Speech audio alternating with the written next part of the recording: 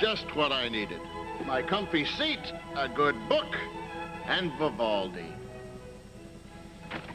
Extra, extra, read all about it. Get your daily paper here. Extra, extra. Walter, what are you doing? I'm practicing, Dad, for my new career as a paperboy. You want to buy a subscription? No, thanks. Extra, extra, read all about it. Get your daily paper. Walter! All right, if I buy a subscription, will you go do your bellowing outside? Gee, sure, Dad. That'll be $12.50. Here's $10. But, Dad, a subscription's $12.50. If I give it to you for 10, I won't make my commission. Take it or leave it, pal. All right, Dad. Just because you're my pops.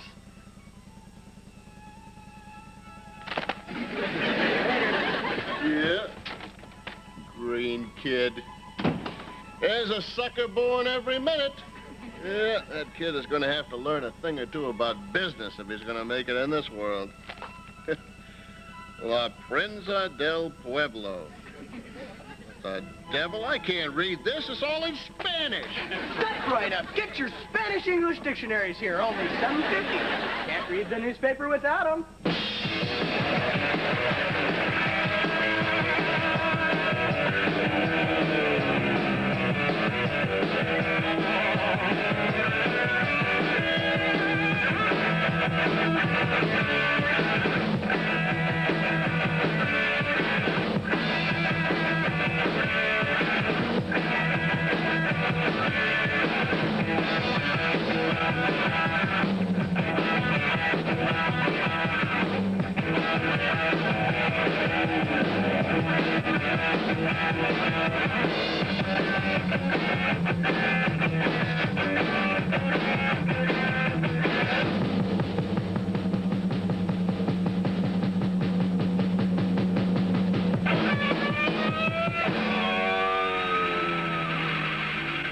Today's episode, Careers in the Making.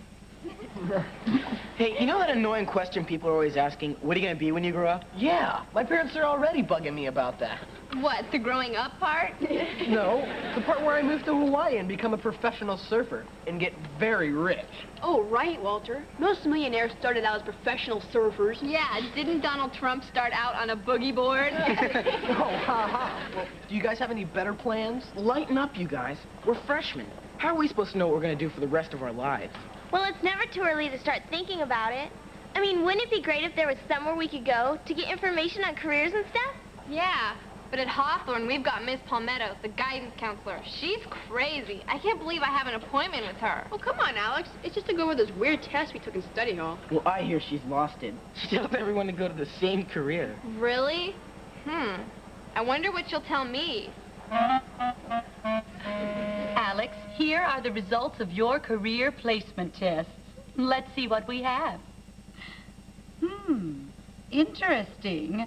It seems the career choice you are best suited for is entomology. Entomology? The scientific study of insects. Ew, gross. Well, what did you have in mind, dear? Something non-gross? But, Alex, the test results clearly state that you have a true bugs. gift. I want to be something normal, like a color consultant or an executive. But entomology is a fascinating field. Did you know that the glistening wasp of Fagaris has over 90 different body parts? Really? Yes. Oh, it's a natural. Bugs and you. Perfect together. Now, I have a wonderful program here at the University of Job. But I don't want to be any kind of bugologist. Don't be obstinate, dear. Here are your starter jars. I'm sorry, Miss Palmetto. I don't care what the test says. I'm not going into bugs. You young people take so much for granted. If only I had had the chance that you have. But no. My parents said that there was no stability in entomology. They insisted that I be a guidance counselor. It's a secure job. They said, Edith, you get your summers off. You can hunt your little bugs 2 months out of the year. 2 months of the year! I have to be getting back to class. So I gave up my dream. And now I will never get to glimpse the crimson breast of the African daisy beetle. But you... Wait. It's the marble-winged meatloaf fly right there. Oh.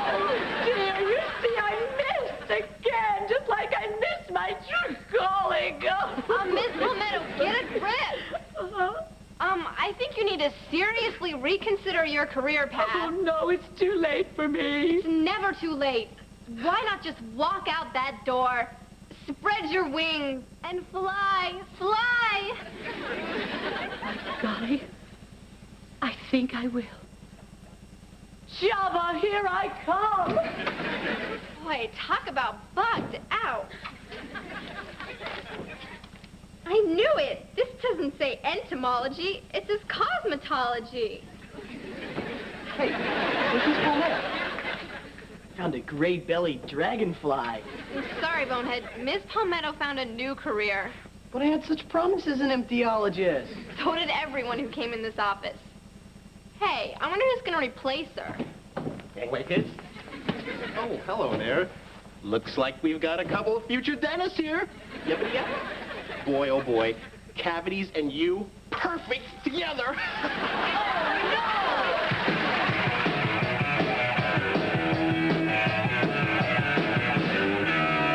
as a result of last week's flooding in the hallways, there will be a seminar offered to you freshmen covering correct usage of school drinking fountains. Attendance is mandatory, and I'm sure you'll get it right. Eventually. That is all. Thank you. Stupid freshmen. Talk about a burr in my saddle. They think they're so clever jamming the water fountains. Just once I'd like to give it right back to him with a couple of those Lipman zingers. I'd show him. Yeah, I'd knock him dead. Hello, student body! Any freshmen make it here on time today? What? Walter did? Quick, call Ripley's. Bada-boom! Hey, what's black and blue and green all over? Anybody? A freshman who got caught on the senior lawn. These freshmen, I tell you. Hey, what's the difference between a freshman's IQ and his shoe size? Nothing. But seriously, these freshmen are dumb. I mean, if brains were dynamite, they wouldn't have enough to blow their own noses. Hey, it's true. I mean, most freshmen think a pop quiz is something they can dance to. Get it? Something they can dance to. Ooh, like kill me. Hey, quick impression. Who am I?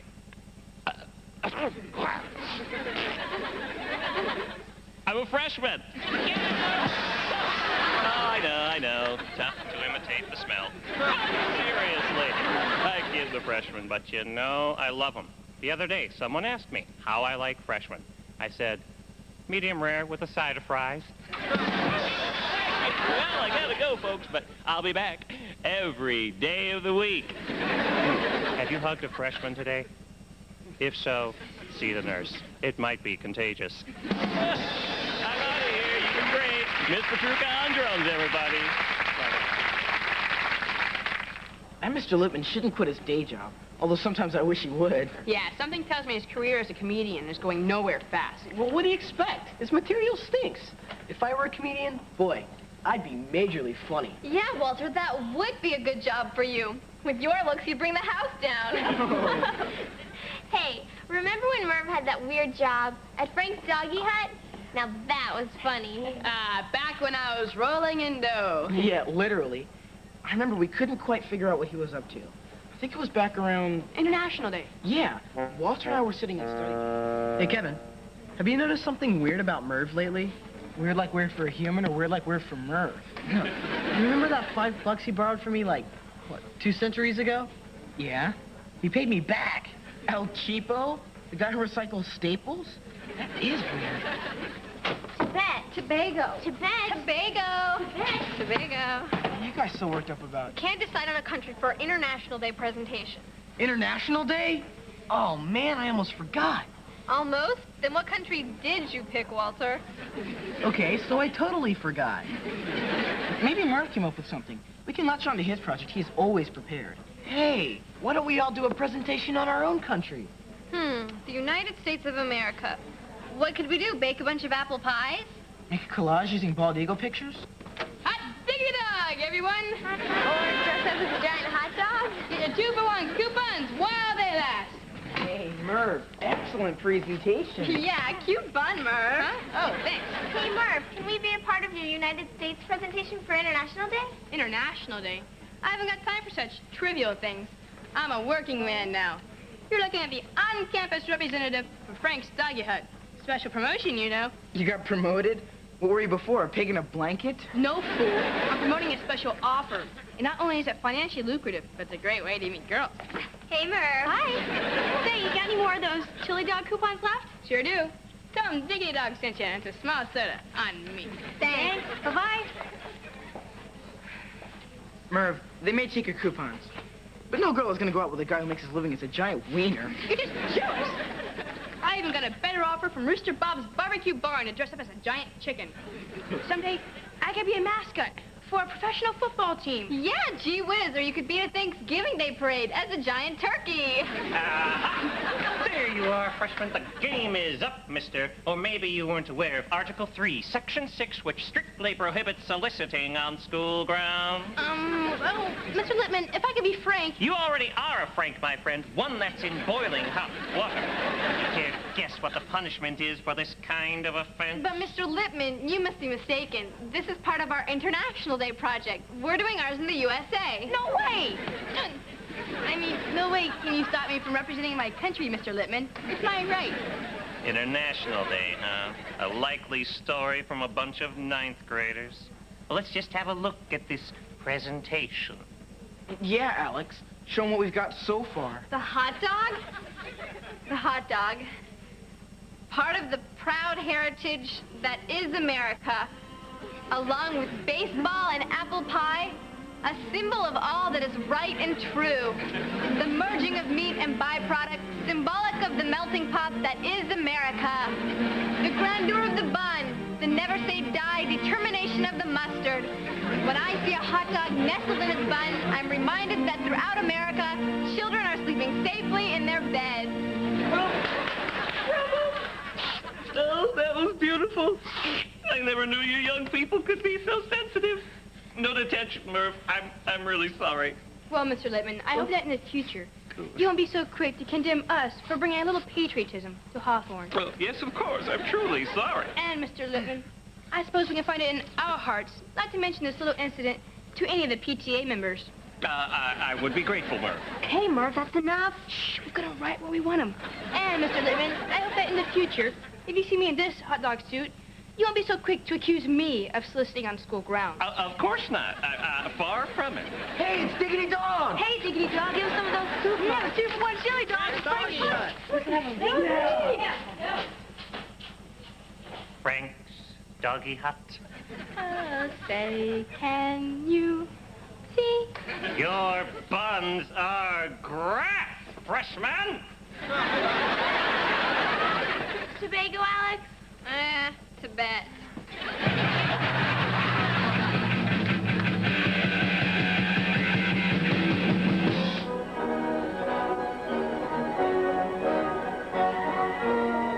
The roving camera of the Mervumentary, ever vigilant, ever watchful. What seedy underworld activity will the Mervumentary unveil this time? Today's episode, Lippman's Labor Camp. I'm sitting outside the Hawthorne High woodshop. Today we'll find out whether classes like woodshop specialize in vocational training or slave labor. I submit for your consideration this very chair I'm sitting in. It could have been made in Finland or Denmark, but it wasn't. It and hundreds like it were made right here at Hawthorne High. So, who's behind this black market furniture ring? Many believe it is this man. Vice Principal and part-time furniture dealer, Elliot Lippman. Of course, the dirty work is carried out by a shop teacher, Clarence Hacksaw Decker. This man is reputed to run one of the most brutal sweatshops in the country. I hope you have a strong stomach for what you are about to witness. The furniture is made here in these grim surroundings, the dank, sweaty wood shop. Students like this would work 15, sometimes 20 hours a day, with no pay. Pardon me, sir. How long have you been here today? I've been here since last night, and I haven't even had a break. And how many of these, birdhouses have you been forced to manufacture since last night? not a birdhouse, it's a napkin holder. Walter, you're not helping the cause any. Life is cheap here at Decker's Furniture Factory, and Hacksaw has them slaving around the clock. The shame of it all, exploiting the toil and sweat of fine craftsmen like this young man. Boy, with skills like his. What? Hey, what's up with that thingy, dude? Merv, there you are. I've been looking all over for you. Hey, Walter, let me look at that thumb, huh? Uh-oh. Time for 40 lashes from the slave driver, Hacksaw Decker. Yeah, just a little ice on that. I'll be good as new, all right? Take care of that. Now, Merv, Mr. Decker, just the person I wanted to interview. How's production going? Getting enough work out of your, quote, students? Well, actually, Merv, I'm having a little trouble with your work right now. I see. Perhaps you might recommend that I stay after and put in some more hours in your shop. Why, yeah, I was going to suggest that. Aha! But then I saw this birdhouse you turned in, and frankly, I'm not sure there's any hope for you at all. Birdhouse? Are you referring to my salad bowl? I think you could use a little practice on a lathe. Are you saying that I should stay after school and build many more of these highly marketable items? What I am saying, Merv, is that you have until the end of the week to turn in something I can recognize. Otherwise, you're staying over till summer school. Yeah, you really gave it to him, Murph. I've never seen him so PO'd. Walter, how's your thumb? Oh, much better, thanks. And so the forced labor continues, even into the long, hot summer, as slaves churn out more and more merchandise to be sold by Littman's mob on the black market. Let's hope justice takes its rightful course and these slave drivers are brought to trial. But until then, we here at the Murphymentary will slog on in the name of what's right. This has been another Murphymentary, and this is Murph, signing off. Welcome, freshmen. We'll be back before you can say, Merv is a geek. Merv is a geek. Okay, so I lied, but he is. Welcome, Freshmen will return in a moment. You're watching Nickelodeon, and now back to Welcome, Freshmen.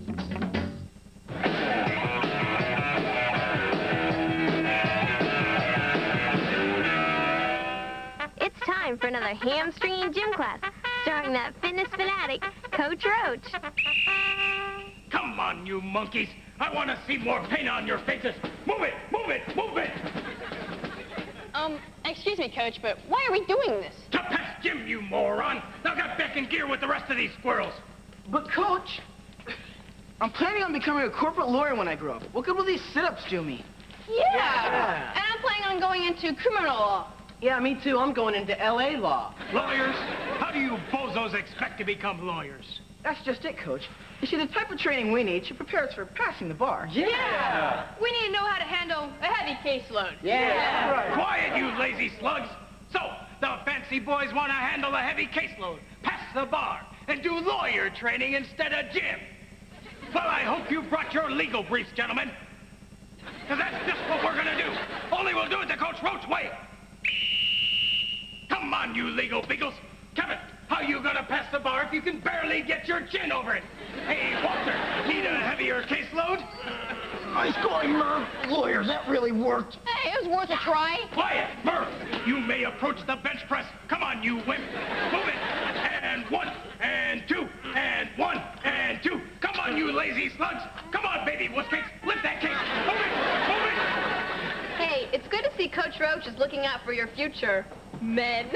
What future? If it continues like that, we'll break every bone in our bodies before we graduate. Yeah, they should have an orthopedic surgeon standing by during gym class. Yeah, either that or a doctor.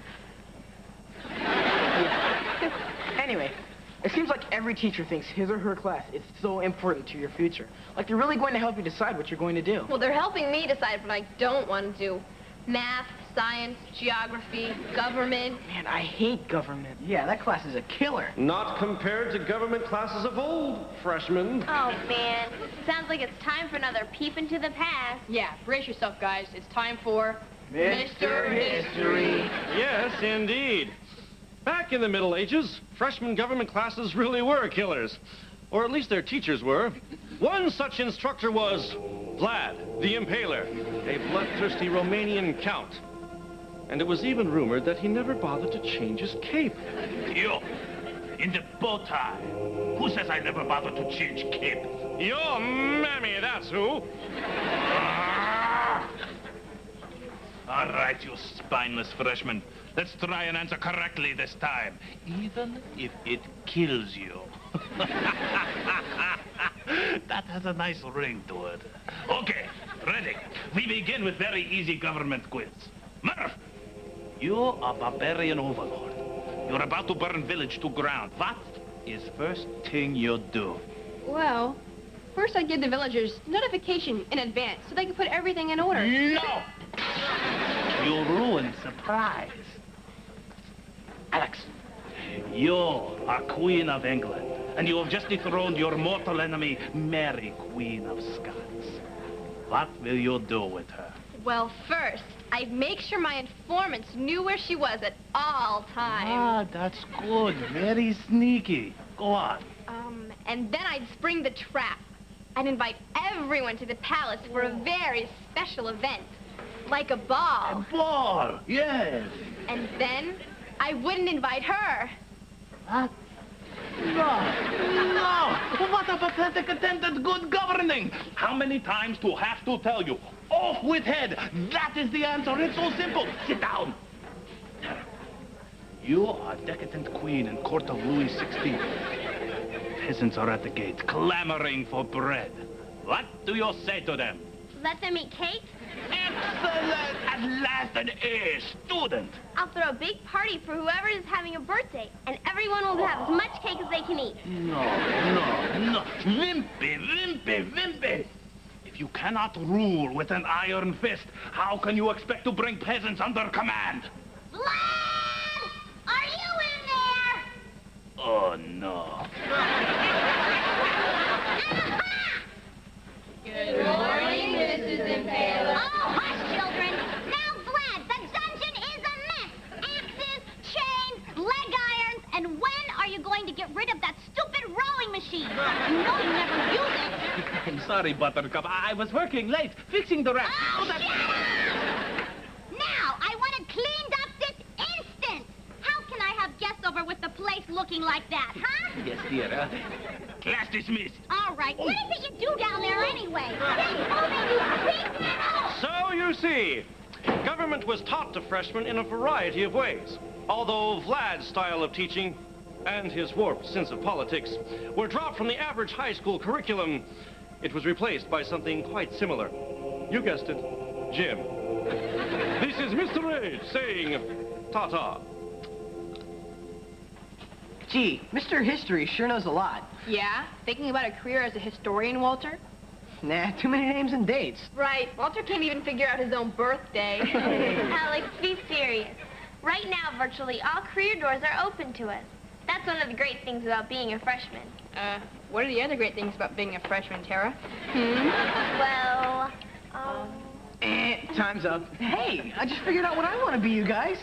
Don't tell me. A professional food taster. Oh, right, Alex. Who can taste food if you do it for free? Well, I was I thought you said you wanted to be a professional Hawaiian, Walter. yeah, what about windsurfing and scuba diving? Well, I figured that it would Nah, Walter's gonna be the first person to bungee dive off Mount Everest. That's not a career. Besides, he might land on his head and damage the mountain. No, Hey, maybe Walter could start his own wave pool. On wheels. Yeah, that'd be cool. You guys, you act like all I want to do is surf and eat. Well, I intend to do something meaningful with my life.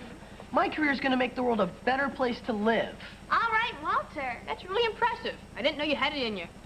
That's why when I get out of school, I'm going to open my own donut shop right on the beach. And I'm going to have the most bodacious jellies and crullers you ever sank your teeth into. And I'm going to have glazed and sugar and eclairs and everything. And we're going to be open 24 hours a day, 8 days a week. Kale here, hoping you'll check out all that when Grammy nominee Coolio takes you on a fantastic voyage. Miss it and you'll be kicking yourself, and that could really hurt. So watch all that tonight at 8:30, 7:30 Central, only on Snick. Oh, grab a pencil if you want to find out how you can turn your room into the ultimate hangout, because details on how you can play the Nickelodeon Ultimate Room Instant Win game are coming up.